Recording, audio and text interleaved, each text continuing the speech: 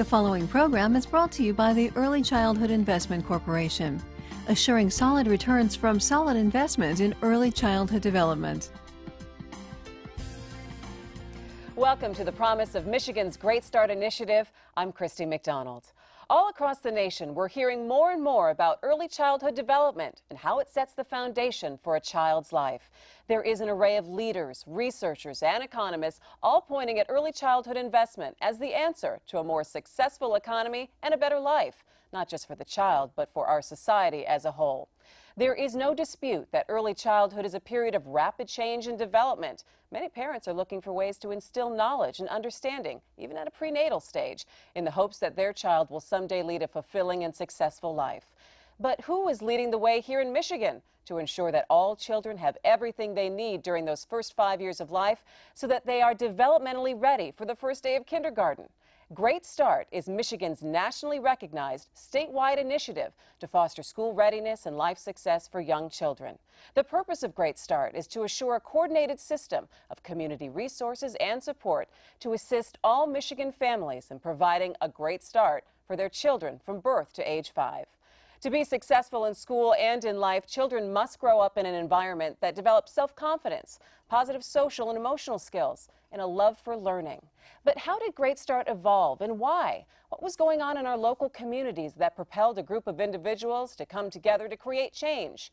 Well, brain research began emerging. It was getting more and more attention from Michigan lawmakers, philanthropic and business communities who were compelled by the idea that starting early could reverse increasing problems and costs that were associated with school failure, rising healthcare costs, and decline in the preparedness of Michigan's workforce. The Ready to Succeed initiative was formed and began a focused effort designed to move Michigan towards support for early childhood development. I'd like to introduce to you two individuals who were part of the early adopters of early childhood investment in Michigan: Marianne Udow-Phillips, Director for the Center for Healthcare Research and Transformation, and Craig Ruff, Policy Fellow of Public Sector Consultants. Marianne and Craig, thanks so much for being here with us. Great to be with you. Craig, start at the beginning for me. Take us back. When this all first started, what drew this group of leaders together, and what was the conversation? Let me start with the conversation. First of all, it was a great mix of leaders from philanthropy, healthcare, education, business, labor unions, faith, media. And you got them all to agree and to come together. We got them to agree to come together because I think you nailed it. Brain research in the mid-1990s was proving demonstrably that what you did with a child in terms of nurturing and reading to the child, social skills, put in that neuroscience, that physiology of the brain, such incredible potential to grow and grow fast.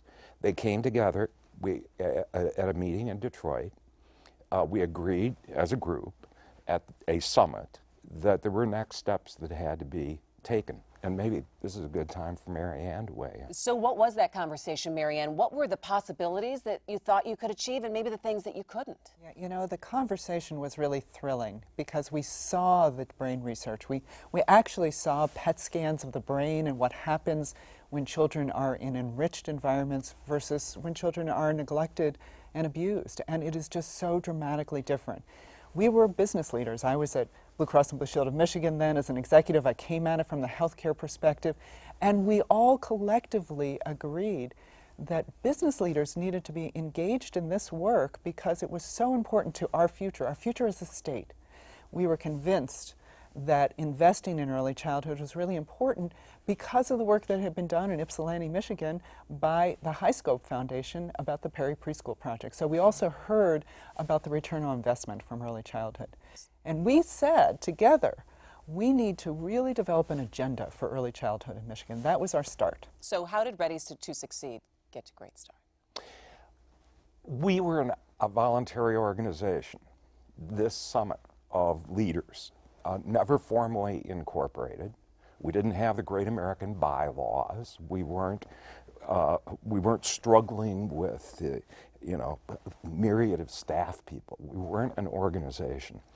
And after about 3 to 4 years of meeting informally, the leadership of Ready to Succeed decided that the time was ripe to mature the movement, to create a public-private partnership with a solid financial base, and to move to professional staffing. So how did you get Governor Jennifer Granholm on board then? Well, it's a really interesting story. So I had moved from Blue Cross and Blue Shield to become the director of the Department of Human Services under the governor. And the governor actually asked me to take that job because of her commitment to early childhood. She knew I was chairing at that point the Ready to Succeed group. She knew that I had a passion about early childhood, and she really wanted state government to be a leader in institutionalizing what Craig talked about, that moving from this volunteer to something that was really structured in the state. So she gave me a charge to really build Michigan as a leader in early childhood, and we got groups together to talk about what that would look like.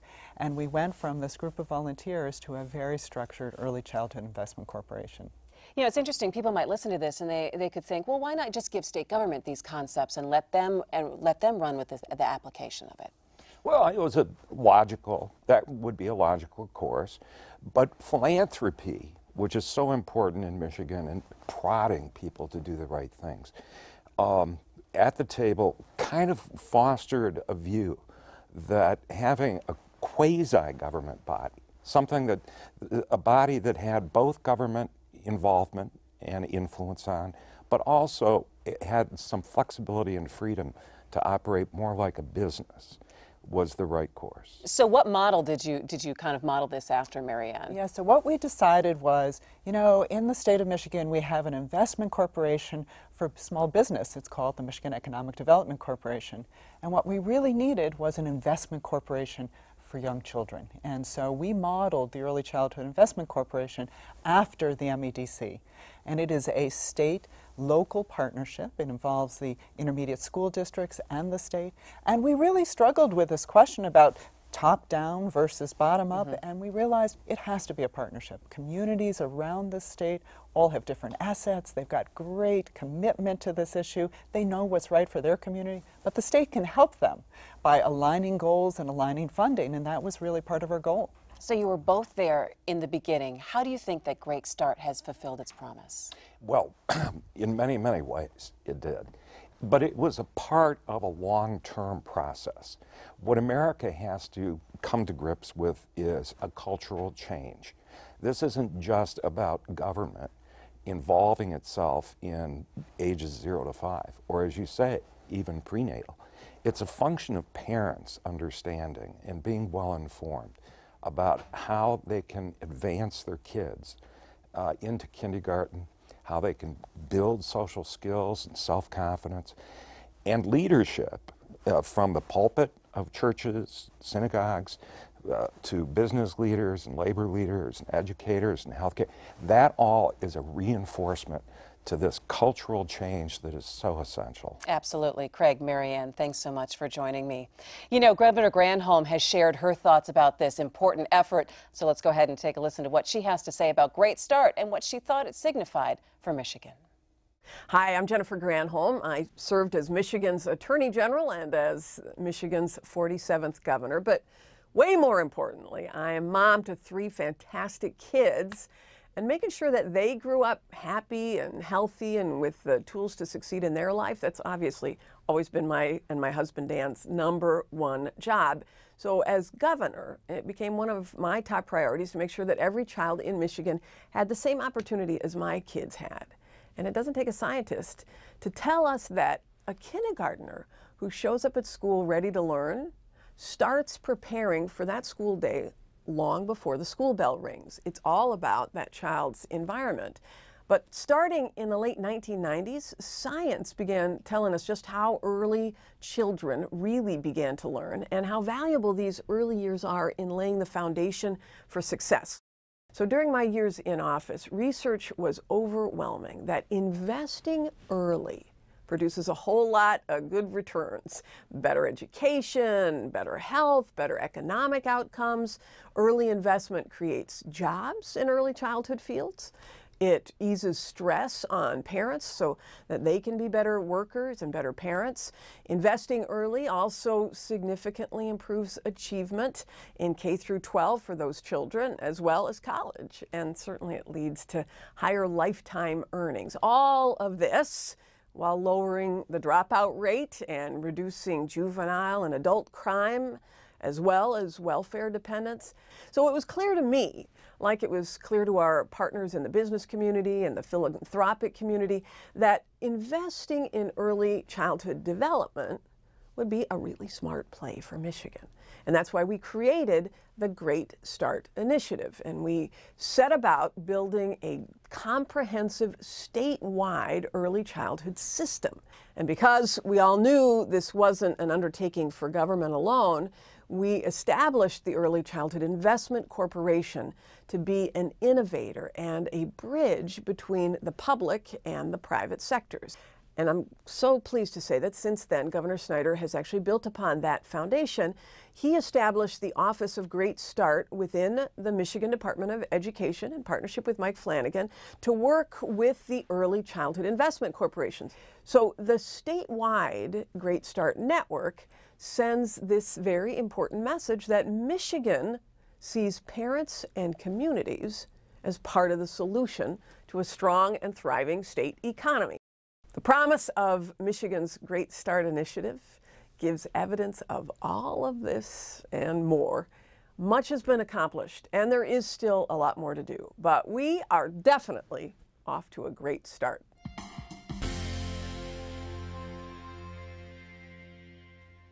As we just heard, the former governor was invested in the Great Start Initiative.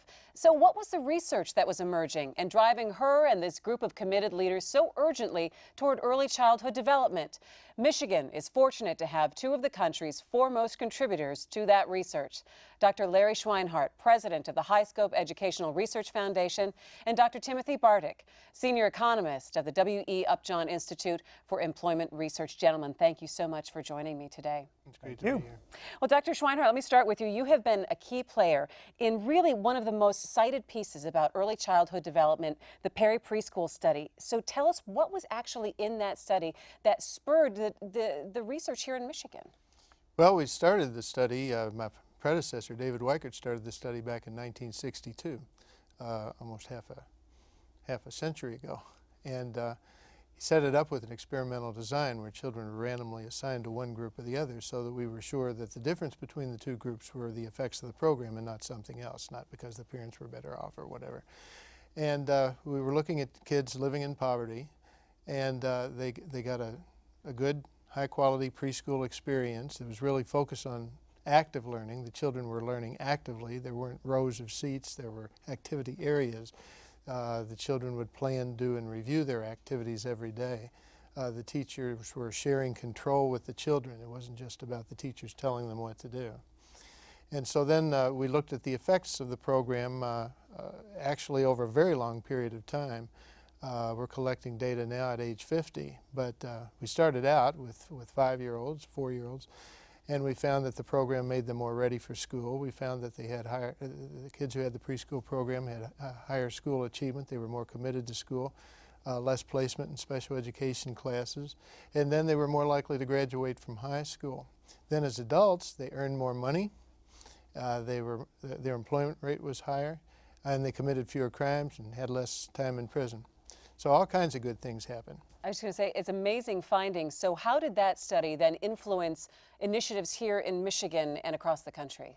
Well, one other summary of the findings, in a sense, was the fact that there was a very large return on investment. $7 for every dollar invested is a good estimate. And this is something unusual in public policy making, is real evidence of effectiveness like that, and particularly fiscal effectiveness. So it's been of great interest to a whole lot of people over a long period of time. One of the other nice things about a longitudinal study is that it recurs. We found effects at age 10 and at age 15 and 19 and 27 and 40, and now we're looking at 50. Well, it really speaks also to Dr. Bartik's areas of expertise, talking about the economic issue and the connection with early childhood development. And you were really instrumental in bringing out sort of this is not just the right thing to do, but this is the smart thing to do. How did you come to that conclusion, that there is a connection, economic connection? Well, what I've done is take the research that Larry and others have done, showing that high-quality preschool helps individuals. And then the issue is, does it pay off for the overall economy and overall society? And the answer is it does, not just at the federal level, but at the state level. So, which is important because the federal government has a lot on its plate, and there are some advantages to having these programs run at the state and local level. You have more flexibility to meet local needs. And so the question is, if you as a state government invest in this, will this boost your state economy? And it will, because if you build these, if you invest in kids, they end up as adults being more productive, having higher employment rates, higher skills. That's going to be a key competitive factor that will attract business to your state. It will help existing businesses grow and be more competitive. And it will pay off even for the folks whose education skills don't change. So there's huge spillover benefits. Sometimes people ask, why should I invest in other people's kids?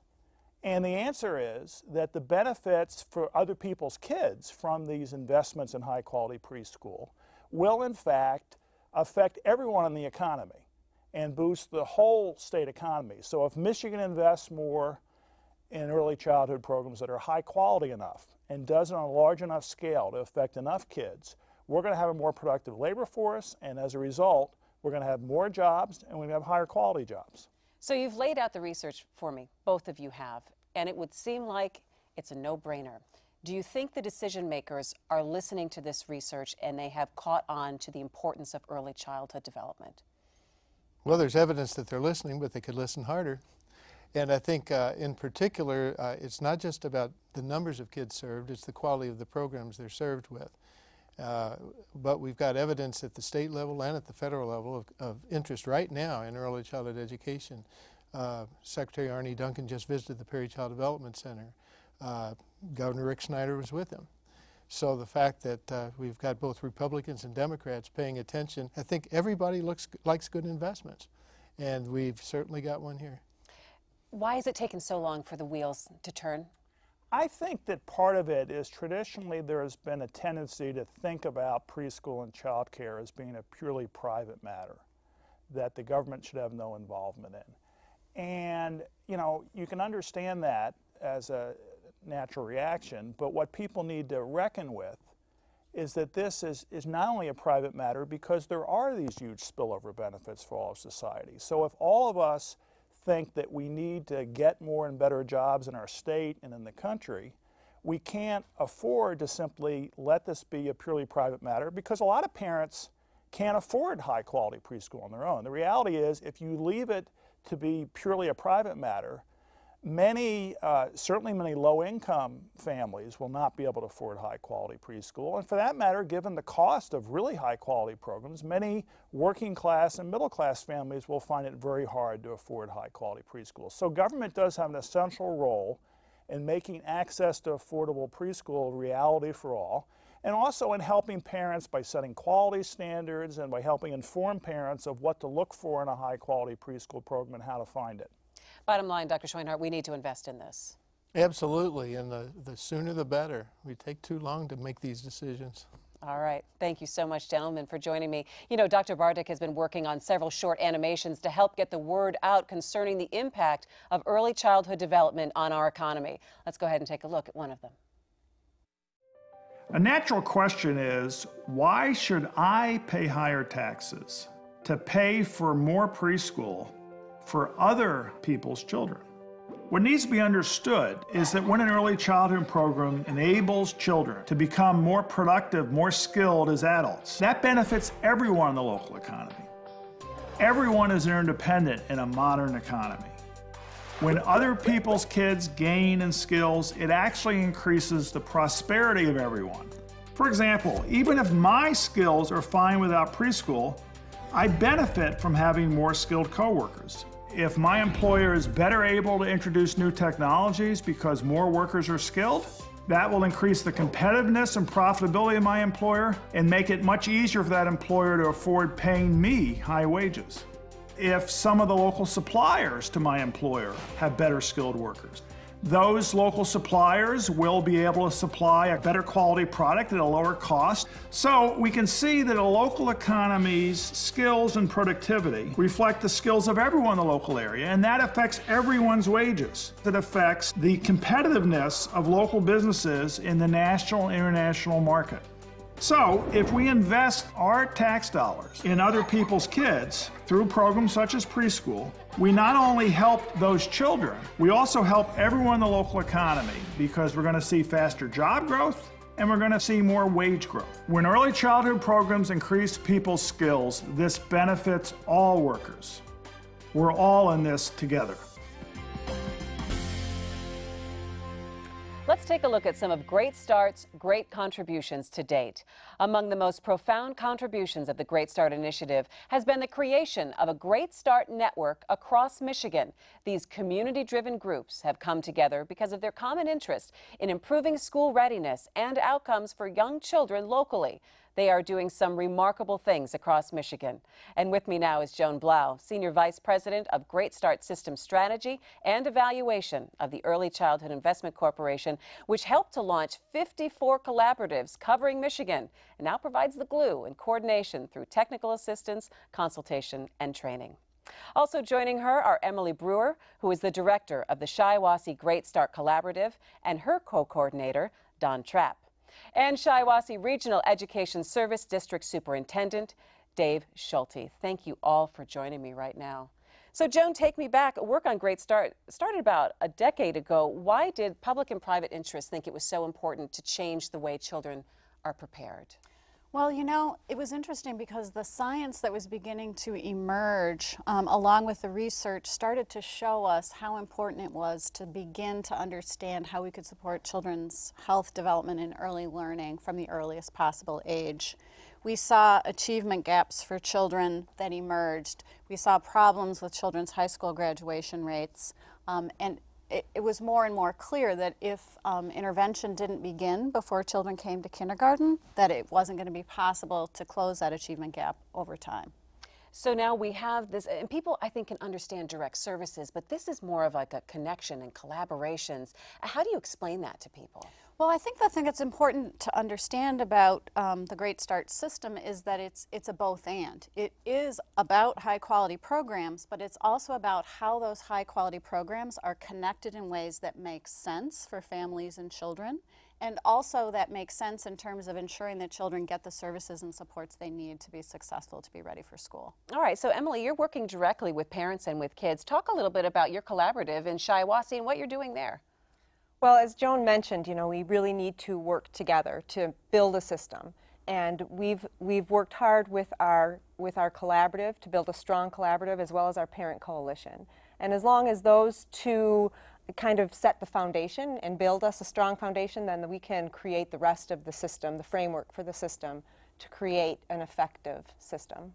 So, Don, what do you think that you've done in Shiawassee, because you've consistently shown that you guys are making a lot of progress in what you're doing? What do you think you've done that's been so successful? How are you reaching people? I think that we've built upon the foundation, as Emily just indicated. We've also brought together the agency leadership of the major agencies within the county and the school system and the healthcare system, and brought them together to begin to talk about how we can work and collaborate and integrate services. A good example would be that we had a mother who had a premature child birth, and as a result of that, while they weren't concerned about the child, they were concerned about the mother. And the result was that that mother, although she was experiencing some depression, was referred to 3 different agencies that had mandated responsibilities. They all descended upon her at the same time in an uncoordinated fashion, and she rejected all of those. So our effort was to bring them together so that there's one central intake. A referral is made there, one person makes a contact with the family, and then that person is able to help that mother understand what programs and services are available, and then connect her to the appropriate program, and then to get those agencies to work together, be it the doctor with the medical home or the different agencies, to serve as one collaborative team. So they approach the parent in a coordinated fashion, and the parent's not responsible for trying to not only deal with the challenges of their child, but also with the coordination of all these different services. I think that's one of our efforts. You know, and the bottom line is also to make sure that the kids are prepared and they're ready for school. So, Dave, let me talk to you about the role of now the school district in partnering with this. What have you seen in the district? I think that what we've seen is a partnership with our local school districts, and intermediate school districts are the only entity in the state that covers every county that has boots on the ground, to use that saying, and interacts with local school districts on a daily basis. So it really allowed us to look at planning, looking at common problems and common solutions. There's already a culture of collaboration in our organization. We already have a mandate as well as an institutional goal to collaborate in those environments. And it was able for us to bring all those people to the table and say, how do we solve this problem? What resources do we need to bring to bear to these issues? And that way everybody had a voice at the table. So it really helped create kind of that environment to have the discussion. What are parents telling you? I think parents tell us they appreciate the support. I think they appreciate the approach that we're taking to the solution. I think Don's example of trying to have a one-stop approach, that's one goal that we have, and we've actually set up our programs where in our offices we have different agencies that co-locate with us, and they're able to come in and get help at that one location. So they appreciate having the information, having kind of an easy way to get there. I think also the way that we approach it is in a non-threatening way. They've really appreciated the ability to come in and ask questions and have that safe environment to do that. You know, while we're talking about your programs in Shiawassee, I think what's interesting to note, Joan, is that you were looking at every region of the state. Every community is treated very differently, and it's unique in that way, that you treat them as different entities there. Not everyone's the same. No, actually every single Great Start Collaborative does a community-based planning process where they really engage with stakeholders, families, children, foundations, business leaders, etc. in their community to define collectively what they see as the most important needs and priorities for the community, and then work together to resolve those issues based on the priorities of the community. Emily, can you talk a little bit specifically about what some of the programs are that you're getting people involved with? Sure. Through the strategic planning process that Joan mentioned, we really use data and community conversations to talk to our community about what is it that we need to address. And so some of our initiatives currently that we're working on is an oral health plan. We know that oral health is strongly linked to the health of the children overall, and many of our children don't have the dental health that they need. So we've engaged local dentists in this process as well as the medical community to put a flag in their electronic medical record to help doctors identify children young and refer them to the dentist to get the care they need early. We also are looking at our childhood obesity rates and looking at ways to make our community more physically active, as well as looking at what they're eating. And we also have a large initiative to look at our central intake process so that everybody can find us easily through one common referral, and that can somewhat get people to the proper services, including preschool services. We really would like to see all children access preschool, and we're combining and braiding funding streams in order to have many children who have different qualifications all being served in the same classroom. Don, what would you say have been some of your biggest challenges? I think sometimes the large challenges focus on how do we break the barriers of rules and regulations that come down that are attached to funding sources. And so one of our challenges has been to, not only at the local level, but also at the state level, help people to recognize and think through ways in which they can make those rules and regulations have the flexibility and adaptability so that you can utilize those services and those funding streams in a way that build capacity to serve, rather than seeing rules and regulations as ways that prevent customization to meet local needs, how can they look at the flexibility within those rules and regulations so that the intent of them is maintained, while at the same time they are able to build in the flexibility that's needed to deal with one setting versus another. What works in Detroit is not going to work in Owasso, Michigan. You know, that I think brings up the interesting point of partnerships. And so let me ask you, Dave, what kind of partnerships have you seen from the community and from the state level in that way to make sure that you can carry out your mission? I think that we've had great success in partnerships from all those levels. We have involvement with different state agencies. We have county involvement. We have local foundation involvement.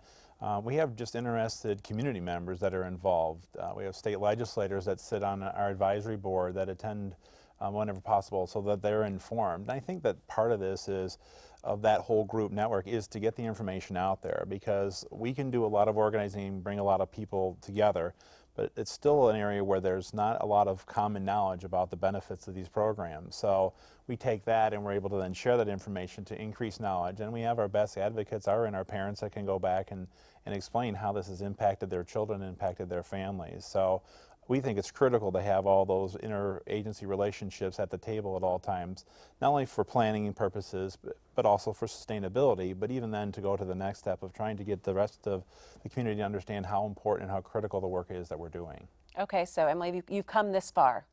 Where do you want to see yourselves in 3 to 5 years from now? You know, I'd love to see that all of these things that we've already started to put into place are just part of the system. So the work just happens fluidly. It's part of the culture. It's part of the community.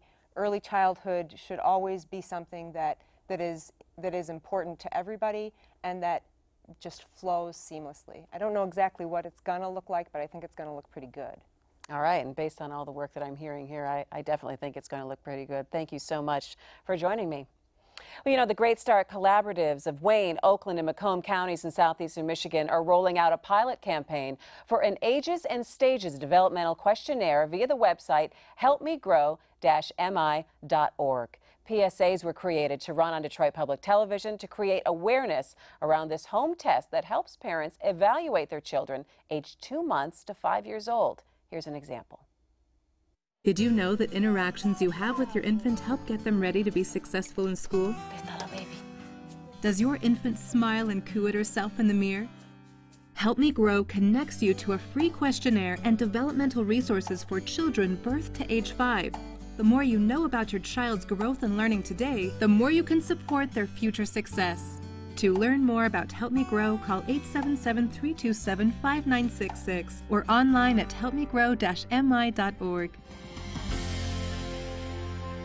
As a parent, there are many questions and concerns when it comes to choosing care for your child, regardless of whether you choose a family-based setting or a large care facility.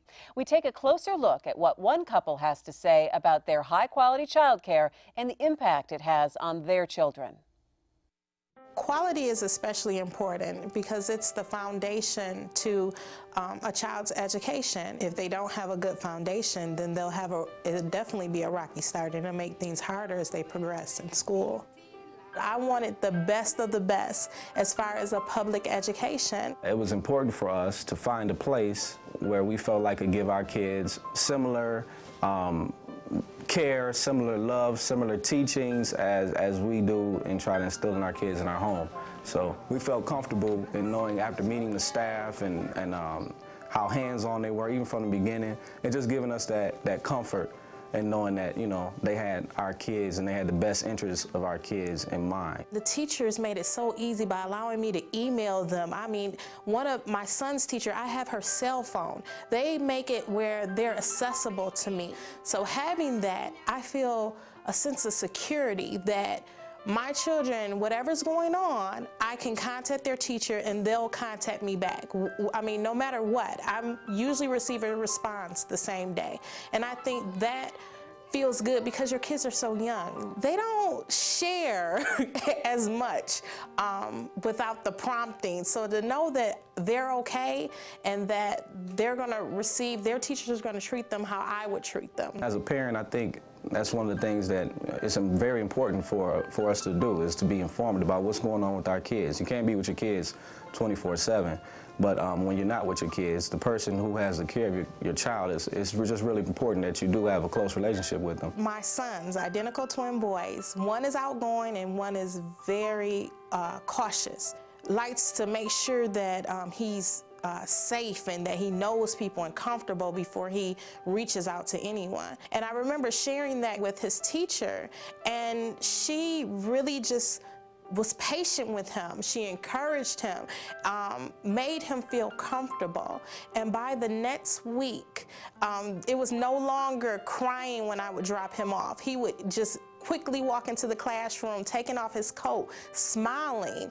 And I know that's because of the how comfortable she made the learning environment. Their skills with other kids and how they interact with other kids, their ability to adapt to different things, different environments. You can tell the growth and the difference from when they first came. So that's been great. One of the most fundamental aspects of early childhood development is understanding that children are constantly learning. What they learn and how well they learn is critical during these years, because these are the years in which brain development is most profound. To that end, having quality early learning environments is one of the cornerstones of any early childhood system.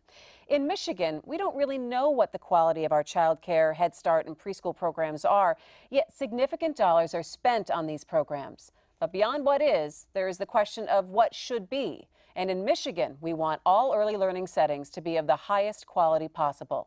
With me now is Karen Roback, the Senior Director of the Early Learning Innovation, and Sherry Butters, Director of Great Start to Quality, both with the Early Childhood Investment Corporation. Also here with us is Lisa Brewer-Walraven, Director of the Child Development and Care Program with the Michigan Department of Education Office of Great Start. They are all going to tell us about the newest Great Start initiative, Great Start to Quality. Ladies, thanks so much for being here. So Karen, let me start with you. Great Start to Quality. Tell us about it, what it is, how does it work? So Great Start to Quality is Michigan's version of a quality rating improvement system. The nation is really going forward with rating child care and preschool programs against a set of standards. So in Michigan, it's Great Start to Quality. We rate programs against a set of quality standards, and in Michigan, it's 5 stars, 1 to 5. The higher the level of quality, the more stars a program would receive. So Lisa, do we really need a quality assurance? What's the child care landscape like in Michigan? I would say we definitely need this system because it helps parents be able to identify the level of quality of the program that they are choosing for their child. It gives them the tools that they need to meet their needs. For providers, it gives them the opportunity to have their expertise and their quality recognized so that they can be highlighted. We know in Michigan that about 60% of children are in early learning settings, and the majority of those are child care settings. Last year alone, 50,000 children received child care subsidy to help support their time in those early learning settings. Those settings are far-ranging, from being with a family friend or neighbor to being in a licensed or regulated program where they're spending their time and having these experiences. So this is a massive scope of and a range of places where people have their kids. Yes. 62% of our children receiving subsidy in the state of Michigan are in the care of a licensed or registered provider. So Sherry, let me ask you, this is not just about childcare. When we're looking at this Great Start to Quality, this is also looking at Head Start programs, preschool programs. How many people are we talking about in programs are we encompassing with this? So right now for Great Start to Quality, we have about 2,400 programs that are have submitted and have some type of quality level in Great Start to Quality. We have about 4,000 providers who have logged in and gotten started. We're hoping that number continues to increase, and we have more and more providers that are submitting and getting their star ratings.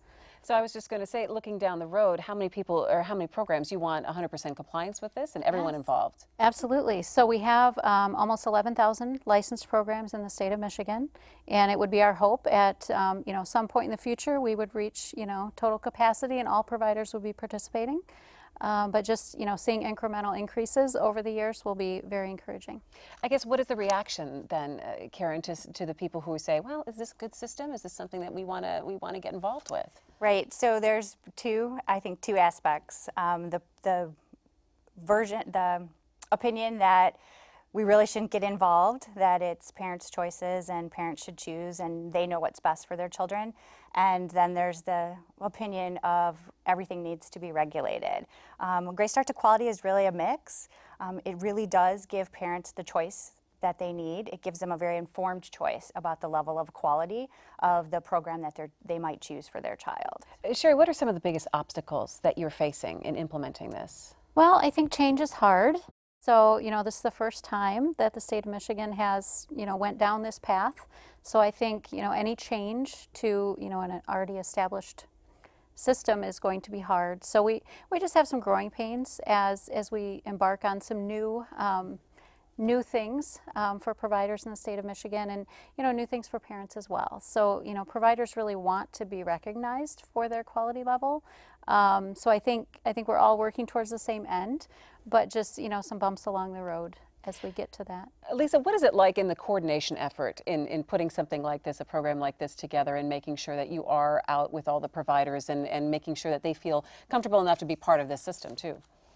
I think it's really reaching out and using our local part of our system to ensure that relationships are being built and that people really understand that this is about helping them, providing supports to them to increase their quality. It's not a punitive system. We really do want to support them to increase their quality and provide good experiences for children.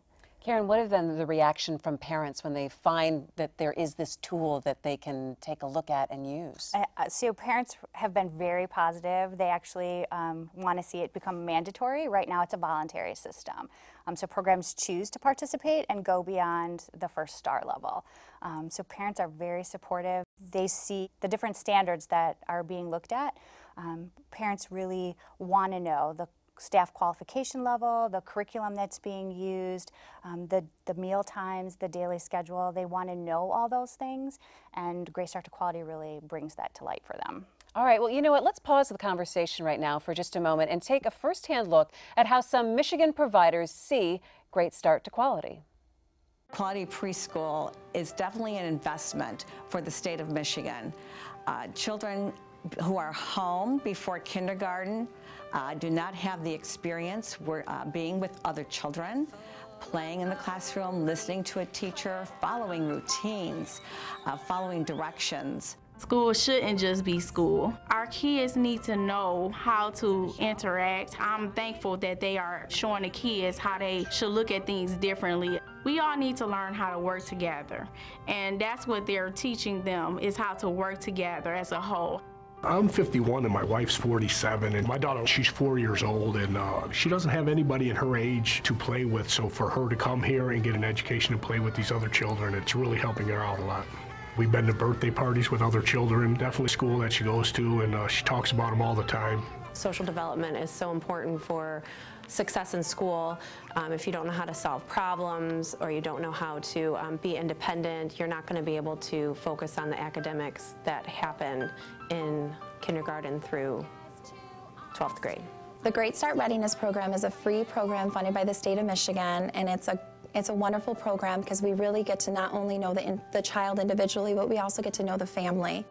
It really is up to the parents and teachers to work together to help your child in the long run. The teacher sees different sides of the child, and they might have better suggestions of what you can do to improve your child. Working with the teachers, they did give me more tools and equipment to work with my child at home. We teach to the whole child. That means we address their social emotional skills, their language skills, their cognitive skills, and we try to get all of those skills in place for kindergarten. Once they have that down by coming to a quality preschool, they're going to just be more successful entering their kindergarten year and then on from there. So investing in preschool is really where it all begins. You can't help but smile when you see those kids in group time and singing and having such a good time. I think we've focused so much about helping parents and helping children in early childhood, but really this rating system, Lisa, is also helping the providers, the child care providers, really be the best that they can be as well. It is providing them an opportunity to have a common set of standards that they're all working towards achieving, and being able to participate in a system that allows them opportunities to get professional development, to have a one-on-one coach or mentor that's working with them, giving them ideas for things they can do with the children and families in their program. So again, it's providing supports to them to continue to increase their quality to provide the best experience possible. Sherry, we heard from some of the child care providers there and some of the teachers there, but what are some of them telling you about how the job that they're trying to do and the fact that they're getting a little help along the way here? So I think, you know, what we're hearing is that providers are really appreciating the opportunities to engage in some of those supports. So, you know, access to free training, access to resources through the lending libraries that are established across the state with Great Start to Quality. So there's increased access to tools and training and those things that help them to improve their quality and just support the maintenance of quality. Parents are really, you know, as Karen shared, it's exciting to have, you know, as a parent myself, it's exciting to be able to go online and find a provider and know that I'm making a good choice. And that's what we're hearing from parents, is that it's exciting to have that type of control over your child's experience. You know, you can make good choices and have access to information you didn't have before. You know, I would say exciting. I'd also say empowering, Karen, as well, that you feel that you are trying to make the right choice and you have the best tools in front of you to do so. Are you finding that more parents are getting involved in early childhood education for their kids? I think absolutely. It is very empowering. I think that's absolutely the right word. Parents are not only getting more involved in early childhood education, but they want to know what happens next. So as they get more involved in early childhood education and they want to know what's happening at their child center or home program, they then go on to the next step. What's happening for kindergarten? It's a natural way for parents to start getting involved early. Oh, and it's a great shift. You can see the parents and the growth and the kids and starting earlier and earlier. Lisa, we always like to see results though, and especially when you're talking about funding and money and we're talking about Lansing and lawmakers, they always like to see maybe what the end result is. Is Great Start to Quality a good tool in that way, that it shows the result here?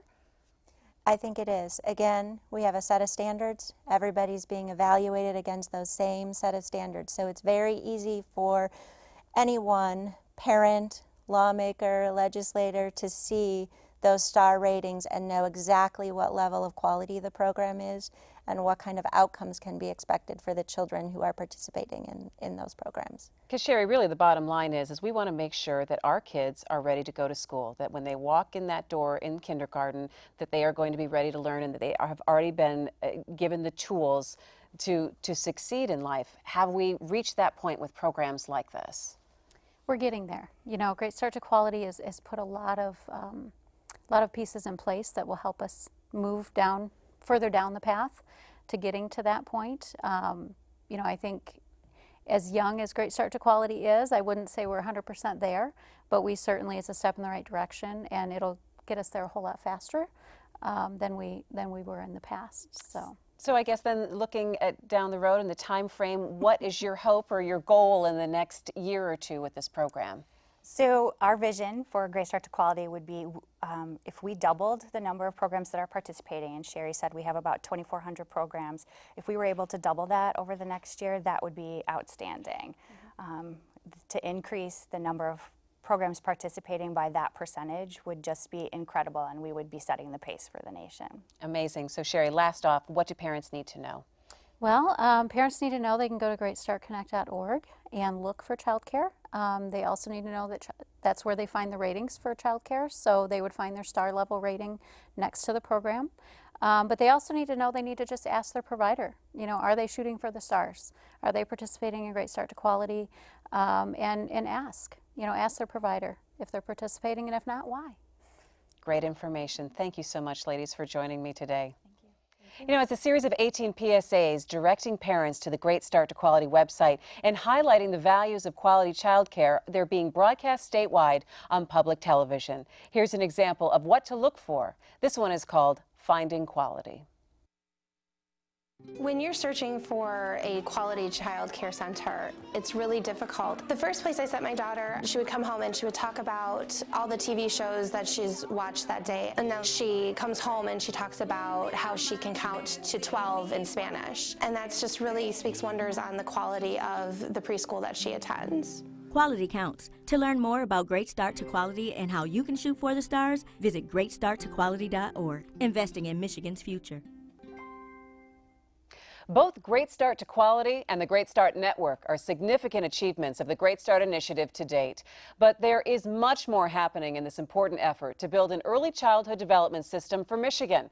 Let's welcome back Joan Blau, Senior Vice President of Great Start System Strategy and Evaluation at the Early Childhood Investment Corporation, and find out what else is happening in Michigan to help our youngest learners get that great start for learning and for life. So, Joan, what is next in the pipeline that we can be looking for?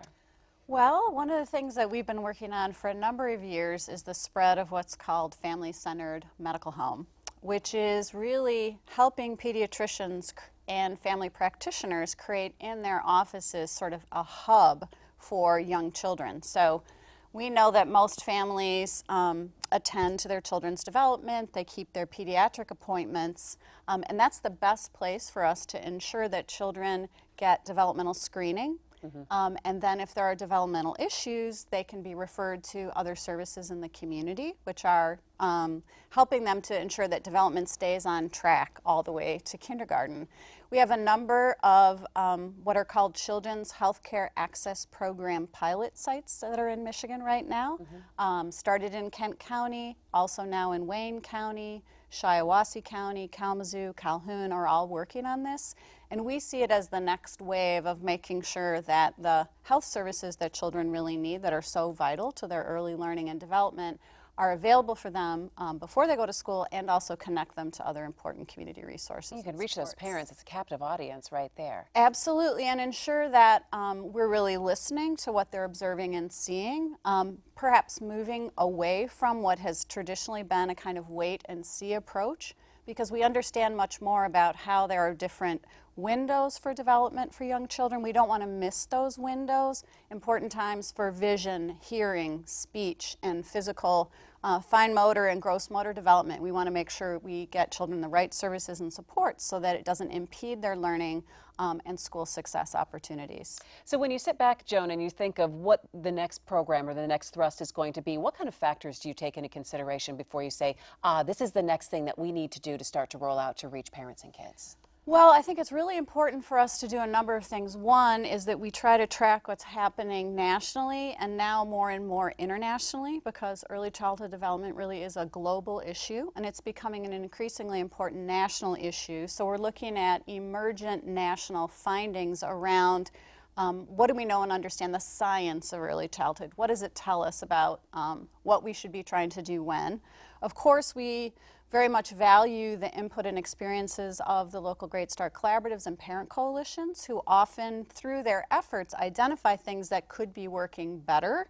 So some of our innovations are not necessarily wholesale, something no one's ever thought of, but really being able to step back and say, this was a great program when it started 10 years ago, but really times have changed. Science has changed, so let's look at how we could make things better for the future for children and families. And modify a little bit as you move along. Absolutely. We really use a process of what I like to think of as continuous learning to really understand what's happening as we're implementing these innovations, and try to make sure that by the time we say, okay, it's ready to go, let's launch it, we've tried to work out all the bugs so that when things are out there functioning in the community, it's easy for families to access what they need. Do you ever find that parents sometimes get confused? You have Great Start Collaboratives, you have Great Start Readiness. How would you explain to them to kind of keep all the various programs that are absolutely great resources out there for them to take advantage of? Well, I think the way to think about Great Start is it's the umbrella. And what we were trying to do by co-branding so many things with Great Start was to say, this is the umbrella, okay, follow the spine down, right? So if folks in their community start with their Great Start Collaborative, that's the place where the organizations, both the public and private, come together. It's an entry point for families. If they don't know anything else, they can call there. What's important to understand about the things that are co-branded with Great Start is they're all ultimately related to getting kids ready for school. Bottom line, if you have a child in Michigan, even before they've reached grade school, what do you need to know about the resources that are available out there for you? Well, I think it's very important for all families to understand how important prenatal care is and to gain access to prenatal care as soon as possible. It's also critically important that families understand how important their child care choice is. We know most families in Michigan need to use child care because both parents work very hard. And child care is going to matter, and for a lot of children, that's the environment outside their home they spend the most time. And we want that to be the highest quality possible. Kids are learning, developing, growing, forming relationships. High quality matters in child care.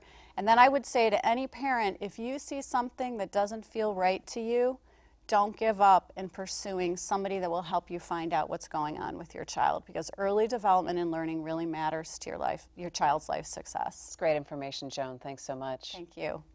What a powerful statement about the promise of Michigan's Great Start Initiative and the people and the groups who are making it happen. Without any doubt, early childhood development is coming of age in Michigan. Where it goes from here, only time will tell. But one thing is for certain, our state's youngest learners have an amazing group of committed leaders in their corner. What a great way of raising the next generation of leadership for Michigan. I'd like to thank all of my guests for joining me. I hope you enjoyed the people of Michigan's Great Start Initiative. Learn more about this important work at greatstartforkids.org. I'm Christy McDonald. Thanks so much for watching, and take care. This program was brought to you by the Early Childhood Investment Corporation, assuring solid returns from solid investment in early childhood development.